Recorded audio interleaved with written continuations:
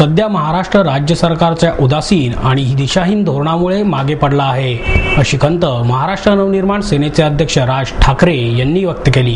पेस प्रकाशनाच्या वतीने उद्योजक सुहास मंत्री यांच्या 2 धुरोहांवर 2 पावले या पुस्तकाचे प्रकाशन राज ठाकरे यांच्या हस्ते करण्यात आले। यावेळी साहित्यिक प्रतिभा मोडक उपस्थित होत्या।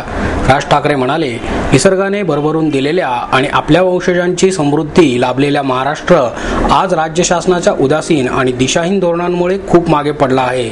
आज महाराष्ट्राव्यतिरिक्त इतर राज्यांची त्यांची अर्थव्यवस्था पर्यटनाच्या माध्यमातून विकसित केली आहे। आपल्या छत्रपती शिवाजी महाराजांच्या किल्ल्यांची दुरावस्था झाली आहे। येथे भेट देणारे पर्यटकांना देखील आपल्या ऐतिहासिक वास्तूंबद्दल आदर नाही। राज्याच्या पर्यटनाचा विकास करण्यासाठी येथील वैभवाची आणि निसर्ग सौंदर्याची आधुनिक पद्धतीने मार्केटिंग करण्याची गरज आहे। सुहास मंत्री यांनी अंटार्क्टिका आणि आर्क्टिक या 2 ध्रुवांवर लिहिलेले हे पुस्तक वाचनीय असल्याचेही ते म्हणाले। सुहास मंत्री म्हणाले, उत्तर आणि दक्षिण ध्रुव समजल्या जाणाऱ्या अंटार्क्टिका आणि आर्क्टिक प्रवास ही खरी साहस मोहीमच होती। अत्यंत प्रतिकूल हवामानात आणि निसर्गाच्या आविष्कारात या मोहिमेद्वारे खूप वेगळे अनुभव जाणवले ते या पुस्तकात मांडले आहेत। येत्या काही दिवसात या पुस्तकाचे इंग्रजी, तमिळ, कन्नड आणि अनेक भाषांमध्ये अनुवाद आणि प्रकाशन करण्याचा मानस आहे। इतर देशांप्रमाणे आपल्या राज्याचे पर्यटन देखील समृद्ध करण्याची गरज आहे, असेही ते म्हणाले।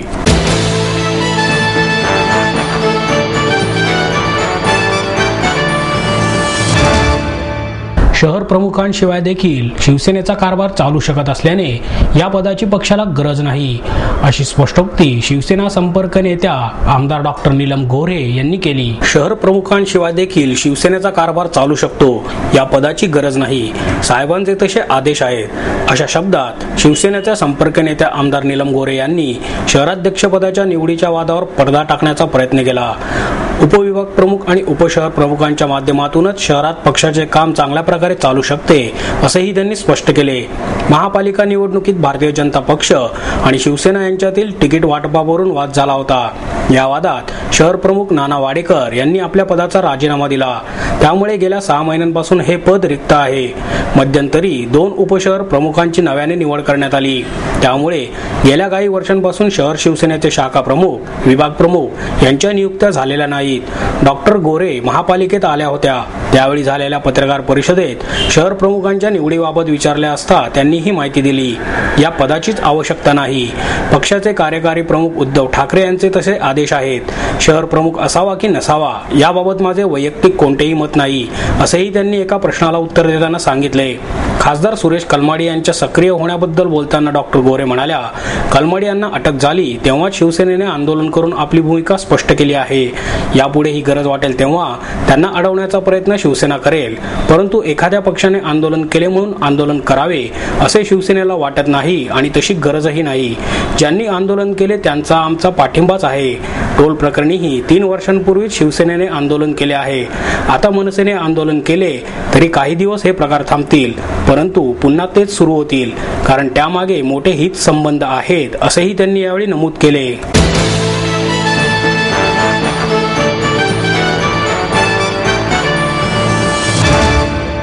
मुस्लिम मुलींचे लग्नाचे वय 15 वर्षे असावे हा निर्णय चुकीचा असून या वयात मुस्लिम मुलींना शिक्षण आणि नोकरी देण्याचा प्रयत्न सरकारने करावा, अशी मागणी भारतीय मुस्लिम महिला आंदोलनच्या नूरजहां नय्याज यांनी पत्रकार परिषदेत केली। या मागणीसाठी जिल्हाधिकारी कार्यालयावर मुकमोर्चा काढणार असल्याचेही त्यांनी यावेळी सांगितले। यावेळी सईदा जमादार उपस्थित होत्या। नय्याज म्हणाल्या, लग्न ही आयुष्यातील फार मोठी घटना असून यासाठी शारीरिक आणि मानसिक दृष्ट्या प्रगल्भ असणे गरजेचे असते। शिक्षणामुळे या मुली मानसिकदृष्ट्या प्रगल्भ होतील। सच्चार समितीची ही अंमलबजावणी लवकरात लवकर करावी, असेही त्या म्हणाल्या। मुस्लिम समाज हा रूढी परंपरांनी दबलेला असून अप्रगत आहे। या समाजातील महिलांची स्थिती अत्यंत दयनीय आहे। एकतर्फी होत असलेले तलाक या समस्येशी मुस्लिम महिला झगडत असताना हा निर्णय म्हणजे त्यांना अजूनच मागे नेणारा आहे। त्यांना विविध समस्यांना सामोरे जाण्यासाठी बळ मिळावे, यासाठी त्यांना शिक्षण घेण्यासाठी प्रवृत्त करण्यात यावे। या महिलांना धर्माने दिलेले अधिकार तर मिळाले पाहिजेच, पण त्याचबरोबर संविधानातील अधिकारही त्यांना मिळाले पाहिजेत, अशी मागणीही त्यांनी केली। त्याच्यामध्ये जे एज ऑफ मॅरेज आहे ते 18 for girls and 21 for boys असं व्हायला पाहिजे। आणि फक्त एज ऑफ मॅरेज नाही तर तलाकचा प्रॉब्लेम आहे, मेहरचा प्रॉब्लेम आहे, पॉलिगमीचा प्रॉब्लेम आहे ते जेवढे पर्सनल लॉचे इश्यूज आहेत ते कुराणच्या आधारावर होऊन ते महिलांना जस्टिस मिळेल असं कोडिफिकेशन झालं. असा पुढचा प्लॅन असा आहे की 1-2 वर्षात आम्ही हे ड्राफ्ट तयार करतो. Actual drafting of Muslim law आम्ही करतो आणि ते आम्ही पार्लमेंटला घेऊन जातो. कधी घेऊन जाणार ते माहीत नाही, पण 1-2-3 वर्षात आमचा असा प्लॅन आहे की जे ड्राफ्ट आम्ही तयार केले आहे ते आम्ही समाजामध्ये त्याची चर्चा करू आणि बाकी समाजाच्या लोकांना घेऊन आम्ही त्या पार्लमेंटकडे आम्ही जाऊ.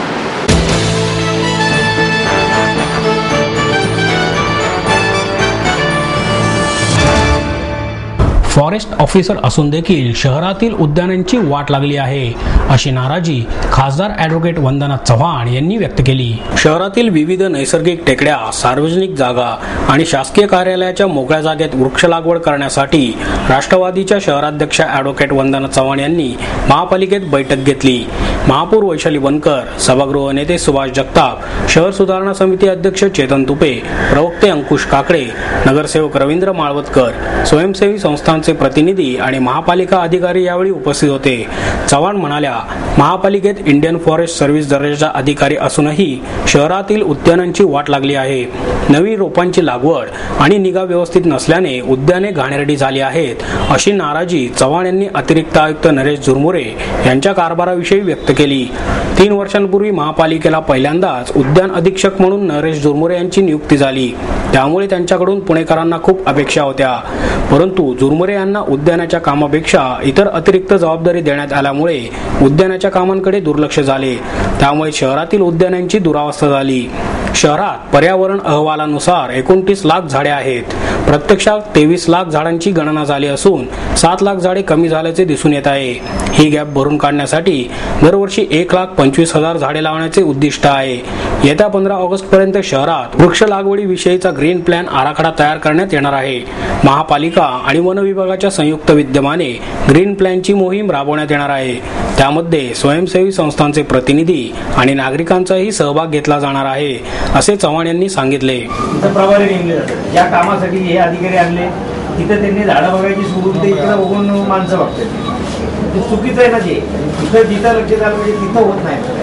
सगळ्या स्तरावर कामं चालू असतात, आता ते होत नाही म्हणून हे नाही करायचं असं नाही ना. ते करत नाहीत ना, कारण ते सांगतात की आमच्याकडे इकडचं हे किती वर्ष काळावर 3 वर्ष ते किती वेळा उद्यान. मी सांगते ना, गार्डन्स अतिशय घाणेरड्या परिस्थितीत आहे. डिवायडर्स ते हेचेस कापलेले. विचारलेला प्रश्न आहे, आपल्याकडे अधिकारी पण असे जे म्हणतात पावसाळ्यात बघू खड्डे खडायचं. ते आपल्याला लेमॅन म्हणून पण शाळेत माहिती आहे की खड्डा हा उन्हाळ्यात घ्यायचा असतो, म्हणजे त्याला ऊन चांगलं लागेल आणि मग झाड लावलं पाहिजे. तुम्ही रोप लावताना सुद्धा खैरे साहेबांच्या वेळेला रोप कसं लावायचे आणि आता रोप कसं लावतात ह्याच्यात जमीन आसमानाचा फरक आहे. कारण त्या माणसाला सगळं माहिती होतं.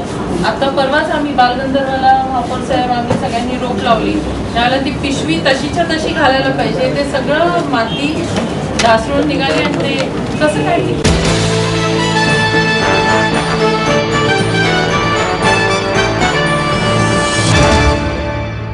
सोशल नेटवर्क साईटच भविष्यातील वैचारिक विद्यापीठे ठरतील, असे सुतोवाच ज्येष्ठ पत्रकार कुमार केतकर यांनी केले. गोविंद तळवळकर लिखित वैचारिक व्यासपीठे या पुस्तकाचे प्रकाशन केतकर यांच्या हस्ते करण्यात आले.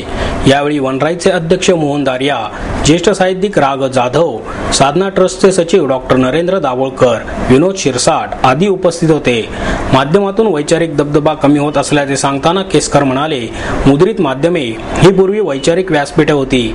मध्यमवर्गीय लोक शिक्षित होत असताना मुद्रित माध्यमातून वैचारिकता कमी होत चालली आहे. त्यामुळे समाजात वर्तमानपत्राचा दबदबा राहिलेला नाही. इलेक्ट्रॉनिक माध्यमात तर मुळीच वैचारिकता नाही. भलेही इलेक्ट्रॉनिक माध्यमाचा प्रसार होईल, त्यामुळे करमणूक होईल, मात्र वैचारिकता मिळणार नाही. अज्ञानातून बाहेर काढण्याचे काम वैचारिक साहित्य करतच असते. सध्या सोशल नेटवर्क साईटच्या माध्यमातून लोकांच्या मनात कुतूहलता निर्माण होत आहे. कुतूहलतेतूनच विचार जन्माला येतात. विचारातून ज्ञानाची देवाणघेवाण होते.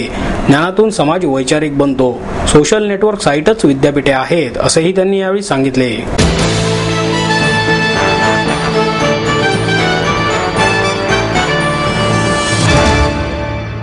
Rajiv Gandhi e learning school बाबत महापालिका प्रशासनच उलटसुलट माहिती देत असल्याने शाळेची नाहक बदनामी होत आहे, असा आरोप नगरसेवक आबा बागुल यांनी केला। शाळेमध्ये CBSE अभ्यासक्रमानुसारच शिक्षण देण्यात येत असून प्रशासनाने CBSE बोर्डाने काढलेल्या त्रुटींची पूर्तता करावी, अशी मागणी बागुल यांनी पत्रकार परिषदेत केली।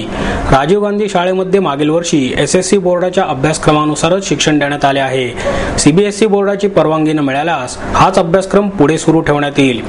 सर्वसाधारण सभेचा निर्णय होईपर्यंत या शाळेचे व्यवस्थापन शिक्षण मंडळच पाहिल, अशी माहिती 2 दिवसांपूर्वी महापालिकेचे अतिरिक्त आयुक्त नरेश झुरमुरे यांनी दिली होती। बागुल यांनी झुरमुरे यांनी दिलेल्या या माहितीवर आक्षेप नोंदवला आहे। बागुल यांनी सांगितले, CBSE बोर्डाने पाठवलेल्या पत्रामध्ये मान्यता नाकारल्याचा उल्लेख नाही। बोर्डाच्या अधिकाऱ्यांनी शाळा तपासणी दरम्यान येथील सुविधा आणि शैक्षणिक गुणवत्तेचे कौतुक केले आहे। 25 लाखांपेक्षा अधिक लोकसंख्या असलेल्या शहरात CBSE मैदानाबाबत सवलत देते। राज्य शासनाच्या शाळेलाही मैदानाचा निकष आहे, परंतु सर्व शाळांना मैदान आहे का? महापालिकेने CBSEच्या परवानगीसाठी सर्व बाबींची पूर्तता करूनच राज्य शासनाच्या मार्फत अर्ज पाठवला आहे। ही शाळा महापालिकेचा विशेष प्रकल्प असून ती महापालिकाच चालवते, परंतु प्रशासनातील अधिकारी ती शिक्षण मंडळाकडे असल्याचे सांगून दिशाभूल करत आहेत। अधिकारीच उलटसुलट माहिती देऊन बदनामी करत आहेत, असा आरोप बागुल यांनी केला आहे। या शाळेबद्दल लोकप्रतिनिधी आणि प्रशासनाने एकच भूमिका ठेवावी, अशी विनंतीही बागुल यांनी या निमित्ताने केली आहे।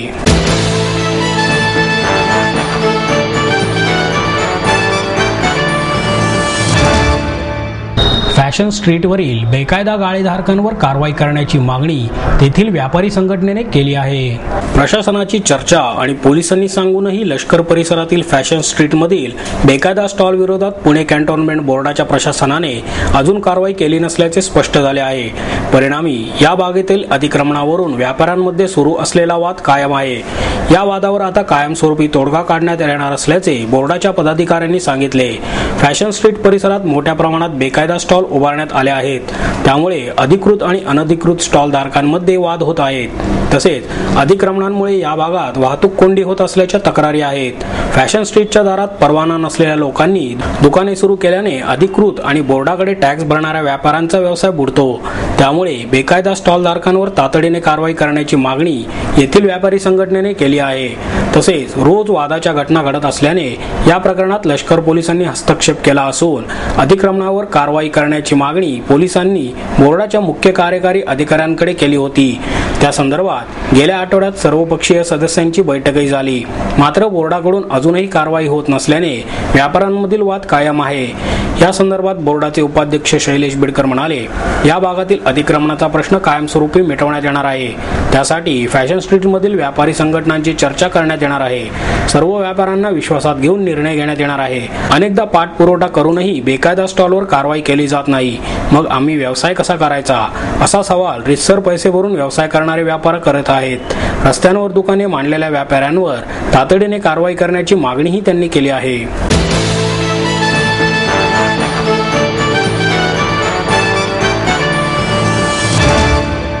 सध्याच्या जाहिराती या अवास्तविकता दाखवत आहेत, असे प्रतिपादन ज्येष्ठ सामाजिक कार्यकर्त्या विद्या बाळ यांनी केले। गोले रस्त्यावरील न्यू आर्ट गॅलरीत ऍक्टिव्ह ग्रुपच्या वतीने जाहिरात संस्थांसाठी घेण्यात आलेल्या विविध वार्षिक स्पर्धांचा पारितोषिक वितरण समारंभ पार पडला। यावेळी विद्या बाळ, द ऍक्टिव्ह ग्रुपच्या संचालिका सुमती दिघे, ईश्वर दिघे, अमोल गुप्ते, संचालक महेश गजेंद्र गडकर उपस्थित होते। या स्पर्धेत सेतू ॲडव्हर्टायझिंगनी सर्वाधिक पुरस्कार मिळवले, तसेच साकेत कम्युनिकेशन, झेबेक कम्युनिकेशन्स आणि नाशिक येथील निर्मिती व्हिडिओ फिल्म्स यांना गौरवण्यात आले। मारुती पाटील यांनी स्पर्धेचे परीक्षण केले।